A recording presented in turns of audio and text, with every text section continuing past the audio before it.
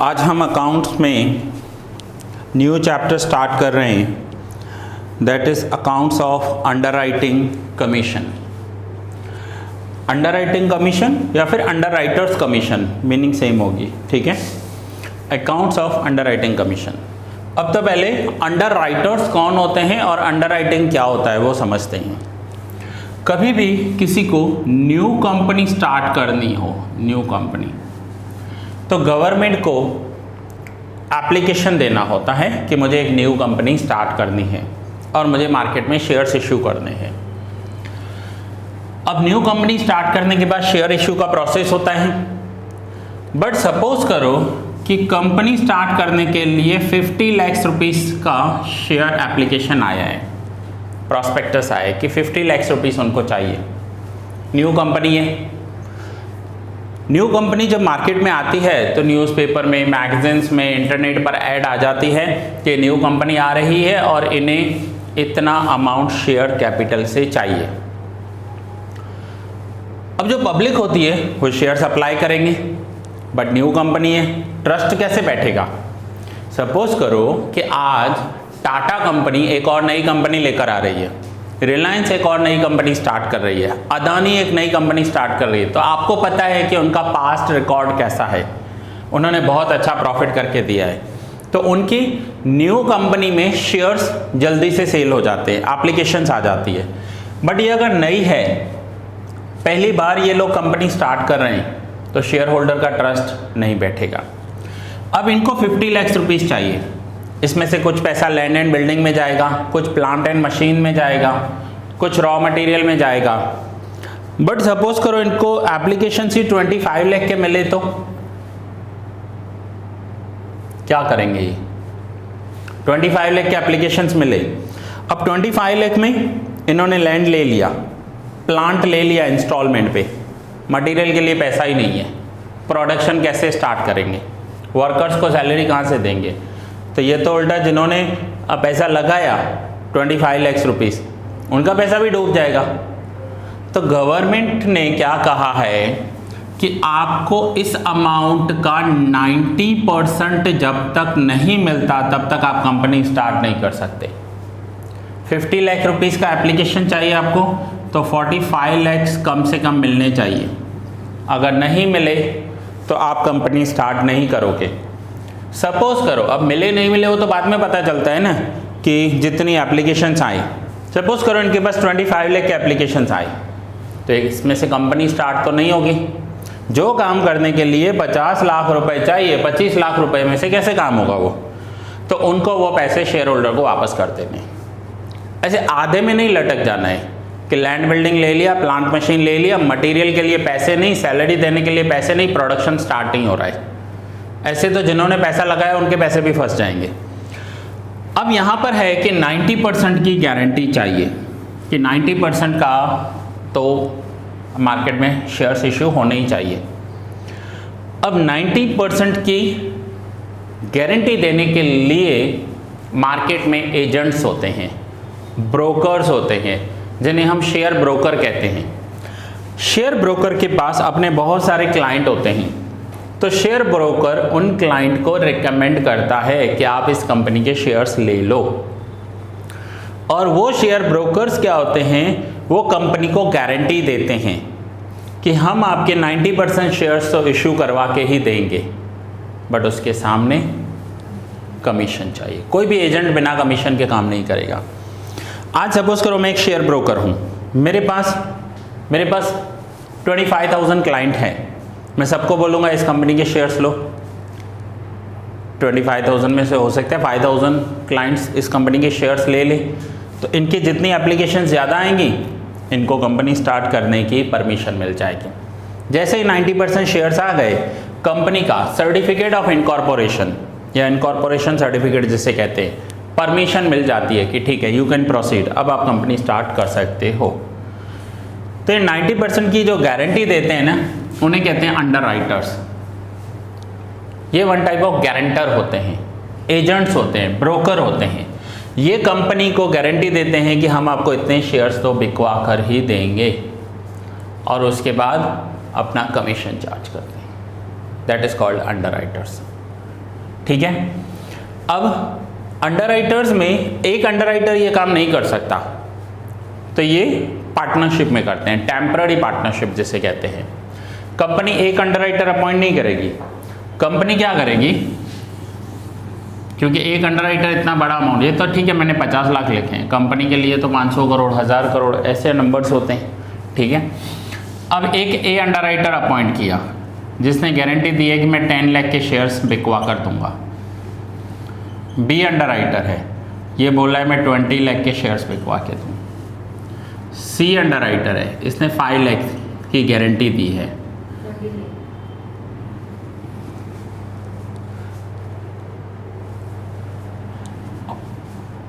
और डी है, और जो डी है, डी ने क्या किया है 15 लाख का गारंटी दिया है। अब इन चारों ने अपनी अपनी गारंटी दे दी, अब इनको इतने शेयर्स बिकवा के देने हैं।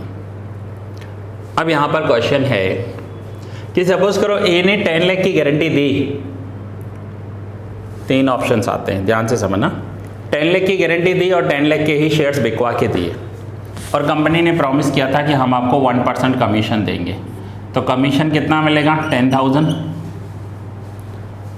दूसरा ऑप्शन है कि 10 लाख की गारंटी दी थी बट 12 लाख के शेयर्स बिकवा के दिए, ज़्यादा बिकवा के दिए, अच्छी बात है। तीसरी कंडीशन है कि 10 लाख की गारंटी दी थी बट 8 लाख ही बिकवा सके, तो ऐसी कंडीशन में ए ने गारंटी दी है 10 लाख तो मैं कैसे भी करके सेल करवा कर ही दूंगा आपको, लेकिन 8 लाख का सेल हुआ तो बाकी के 2 लाख के शेयर्स ए को परचेज करने पड़ेंगे। ये समझो कि कंपनी ने इनको गारंटी नहीं दे दी है, इनको बेच ही दिए ये शेयर्स, कि मैंने आपको 10 लाख के शेयर्स बेच दिए, अब आप क्लाइंट को बेचो या खुद पैसा दो, हमको पैसा दो। आया समझ में? सो 10 लाख के बिक गए, बहुत अच्छी बात है, 12 लाख के बिके और अच्छी बात है, बट अगर 8 लाख के शेयर्स बेचे ए ने तो बाकी के 2 लाख उसे खुद परचेज करने पड़ेंगे। 2 लाख के खुद परचेज करने पड़ेंगे, तभी उसको 10,000 कमीशन मिलेगी, क्योंकि ये नंबर पूरा करना है ना उसे। सो हर अंडरराइटर, ये A B C D underwriters हैं, हर अंडरराइटर अपनी कैपेसिटी के अकॉर्डिंग गारंटी देता है। इसकी 10 लाख की कैपेसिटी है, उसने 10 का दिया, इसकी 20 की है, 20 का दिया, इसका 5 लाख का कैपेसिटी है, 5 लाख का दिया। कोई फोर्स नहीं है किसी के ऊपर, कंपनी में पहले सोच समझकर गारंटी देनी होती है, ठीक है। सो यहाँ तक पॉइंट क्लियर हुआ, इंट्रोडक्शन क्लियर हो गया कि अंडरराइटर्स होते क्या हैं, अंडरराइटर्स कहते किसको हैं। अंडरराइटर और कुछ भी नहीं है, शेयर बेचने के लिए गारंटी है, जिसे हम गारंटर कहते हैं। अंडरराइटर का सिनोनिम समझ लो तो गारंटर बोल सकते हो, बट गारंटर एक दूसरे वर्ड में भी कैलकुलेट होता है। कैसे? समझो मेरा एक फ्रेंड बैंक से लोन ले रहा है, बैंक ऐसे ही लोन नहीं देती, बैंक बोलती है कोई गारंटर लेकर आओ। गारंटर का मतलब होता है कि आपने पैसे नहीं दिए तो हम गारंटर से पैसा वसूल करेंगे, और गारंटर वहाँ वर्बल गारंटर नहीं होता है, साइन करता है अपनी प्रॉपर्टी के डॉक्यूमेंट्स रखकर कि मैं आपको गारंटी देता हूँ कि अगर ये पैसा नहीं दे पाया तो मैं दूंगा, और मैं नहीं दे पाया तो आप मेरी प्रॉपर्टी बेच देना। प्रॉपर्टी के साथ गारंटी दी जाती है। सो यहाँ पर भी गारंटर तो ठीक है, बट ये शेयर्स बेचने की गारंटी है। गारंटीज बहुत टाइप की होती है।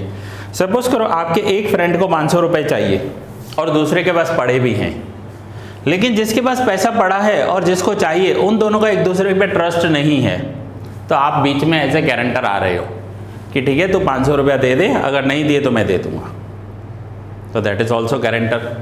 बट यहाँ पर वर्ड यूज होता है अंडरराइटर्स। इंग्लिश इतना वास्ट सब्जेक्ट है ना कि हर एक के लिए एक अलग से वर्ड बना हुआ है। सो यहाँ पर वर्ड यूज होता है अंडरराइटर्स। सो यहाँ तक कुछ डाउट है? अब कंपनी में एप्लीकेशंस आते हैं, ये चारों अपने अपने क्लाइंट्स को बोलेंगे भी आप अपना ये इस कंपनी के शेयर्स ले लो, ठीक है। कंपनी के पास एक एप्लीकेशन फॉर्म होगा और कंपनी का एप्लीकेशन आएगा। अब कंपनी को कैसे पता चले कि एप्लीकेशन ए के क्लाइंट से आया है, बी के क्लाइंट से आया है, सी के क्लाइंट से आया है या डी का क्लाइंट है, ये कैसे पता चले? कंपनी को तो आइडेंटिफाई तो करना है ना। कंपनी के पास टोटल समझो 50 लाख की एप्लीकेशंस आ गई, लेकिन उसमें से कैसे पता चले कि ए की है, बी की है, सी की है या डी की है? या कंपनी के पास 40 लाख के एप्लीकेशंस आए तो कैसे पता चलेगा कि इसने कम भेजी है या उसने ज़्यादा भेजी है? तो एप्लीकेशन के लिए एक एप्लीकेशन फॉर्म होता है जो कंपनी देती है। जब भी कंपनी का आईपीओ आता है एक एप्लीकेशन फॉर्म होता है, ठीक है। अब सपोज करो कि सिंपल एक ये एप्लीकेशन फॉर्म है। एक एग्जांपल ले लेते हैं कि ये कंपनी का प्रिंटेड एप्लीकेशन फॉर्म है। अब इसमें जो शेयर होल्डर होगा वो अपनी सारी डिटेल्स लिखेगा, नेम, एड्रेस, पैन कार्ड, कितने शेयर्स चाहिए, कितनी एप्लीकेशन है, पैसा कैसे दे रहा है, चेक से दे रहा है, व्हाट्सएवर पूरी डिटेल दे देगा, ठीक है। अब डिटेल देने के बाद ये एप्लीकेशन फॉर्म जाएगा कंपनी के पास। तो कंपनी ने तो यही फॉर्म सेम कलर के ए को भी दिए हैं, बी को भी, सी को भी और डी को भी, सबको दिए हैं और कंपनी के पास एप्लीकेशन फॉर्म आ गया। तो कंपनी को कैसे पता चले कि ये ए का क्लाइंट है, ये बी का है, या ये सी का है या डी का है? तो यहाँ पर नीचे एक ब्रोकर के स्टैम्प का साइन स्पेस होता है, जो भी ब्रोकर होगा, ठीक है, वो ब्रोकर यहाँ पर स्टैम्प लगा देगा। जैसे कि ये एप्लीकेशन फॉर्म है, ठीक है, और यहाँ पर ब्रोकर का स्टैम्प है, तो ये ब्रोकर अपना स्टैम्प लगाएगा। अब अगर ए होगा तो ए अपना स्टैम्प लगाकर भेजेगा, उसमें उसका नाम, एड्रेस, मोबाइल नंबर सब कुछ दिया हुआ है। तो कंपनी के पास जैसे ही फॉर्म आएगा ना तो पता चल जाएगा कि इसकी कमीशन ए को देनी है। हर एक ब्रोकर अपना स्टैम्प लगा कर देगा क्लाइंट को। इसे कहते हैं मार्क्ड एप्लीकेशन। क्वेश्चन में आएगा कि मार्क्ड एप्लीकेशन इतने आए हैं। सो वर्ड क्लियर हो गया, मार्क्ड एप्लीकेशन, सब में यूज करेंगे इस वर्ड को हम। नाउ सेकंड वर्ड आएगा अनमार्क्ड एप्लीकेशन। सेकंड वर्ड इसमें कौन सा यूज होगा? Unmarked application. अब दोनों के बीच में डिफरेंस क्या है? एक है marked application, marked application it means इस यहां स्टैंप लगा हुआ है। दूसरा होगा अनमार्क्ड एप्लीकेशन।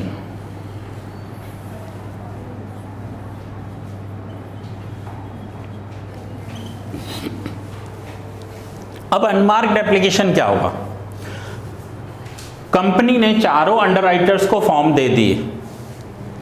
अंडरराइटर आया, अपने असिस्टेंट को या पियून को फॉर्म दिया और बोला सब पे स्टैंप लगा दे। अब पियून एक एक पेज करके स्टैंप लगा रहा है, बट बीच में 2 पेज एक साथ चले गए या 3 पेज एक साथ चले गए, तो उन पे स्टैम्प नहीं लगा। अब स्टैम्प नहीं लगा, लेकिन अब वो बंच रख दिया उन्होंने फॉर्म्स का। अब एक क्लाइंट आया, ब्रोकर ने बताया इस कंपनी के शेयर्स ले ले, बोला ठीक है फॉर्म दे दो। उसने फॉर्म दिया और उस पर स्टैम्प नहीं लगा हुआ था। तो ऐसी मिस्टेक्स से अनमार्क्ड एप्लीकेशन कंपनी के पास पहुंच जाती है। ये मिस्टेक ए से भी हो सकती है, बी से भी हो सकती है, सी से भी हो सकती है, डी से भी हो सकती है। या फिर ऐसा भी होगा कि कंपनी के जो डायरेक्टर्स होते हैं ना, उनकी भी तो अपनी जान पहचान होगी, उनके फ्रेंड्स, रिलेटिव्स, रिश्तेदार जो उनकी कंपनी में पैसा लगाएंगे। तो डायरेक्टर्स नहीं, ए बी सी डी को तो फॉर्म्स दे दिए, उन्होंने तो अपने स्टैंप लगाए, बट डायरेक्टर्स ने 100 फॉर्म और किसी को दे दिए, उन पे स्टैंप किसी का नहीं लगा हुआ था, तो वो तो बिना स्टैंप वाले फॉर्म्स पहुंचेंगे। उसे हम कहते हैं अनमार्क्ड एप्लीकेशन।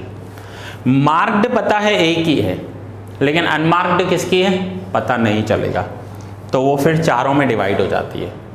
चारों में कैसे डिवाइड होगी? सपोज करो अनमार्क्ड एप्लीकेशन आ रही हैं 50, किसी ने अनमार्क्ड एप्लीकेशन, ये एक पर्सन है जिसने 50 शेयर्स के लिए एप्लीकेशन दिया है, बट यहाँ पर स्टैम्प नहीं लगा हुआ है। अब स्टैम्प नहीं दिया हुआ है तो ये 50 किसके होंगे? ए के, बी के, सी के या डी के? इसका कमीशन किसको मिलना चाहिए? तो इसका रेशियो करेंगे, 50 में से 10 इसके पास, 20 इसके पास, 5 इसके और 15 इसके। समझेंगे चारों के, क्योंकि पता ही नहीं है ना किसका है, कैसे पता चलेगा? अनमार्क्ड है, नहीं पता चलेगा, और नहीं पता चलेगा तो ऐसे। ठीक है, सो वर्ड क्लियर हुआ कि अंडरराइटर्स किसे कहते हैं, अंडरराइटर्स होते कौन हैं? यहां तक कुछ डाउट है? ये क्लियर हो गया कि अगर एप्लीकेशंस कम आए तो उनको खुद को परचेज करना पड़ेगा। ठीक है,